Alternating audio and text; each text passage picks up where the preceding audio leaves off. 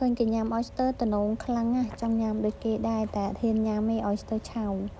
តោះណាគេខ្លាចហ៊ានញ៉ាំ oyster ឆៅមកសាកបងញ៉ាំតាមខ្ញុំបកវាឲ្យលាងទឹកឲ្យស្អាតយកវាទៅដាក់អាំងតាមចំណង់ចំណូលចិត្តបើចូលចិត្តឆ្អិនខ្លាំងអាំងរៀងយូរបន្តិចឲ្យវាឡើងស្វិតជាងហ្នឹងបើខ្ញុំអាំងមកល្មមតែឆ្អិននេះហើយយកវាទៅញ៉ាំបាន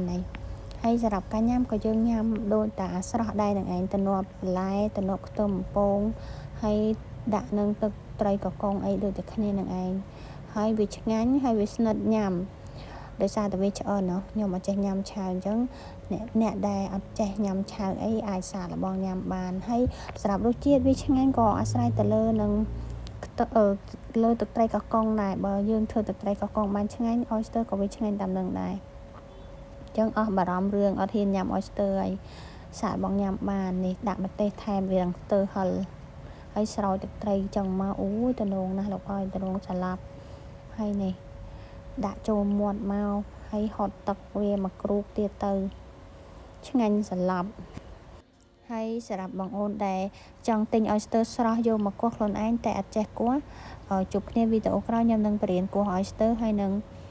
មើលយ៉ាងម៉េចបានដឹងថា oyster នឹងស្រស់ជួបគ្នាវីដេអូក្រោយ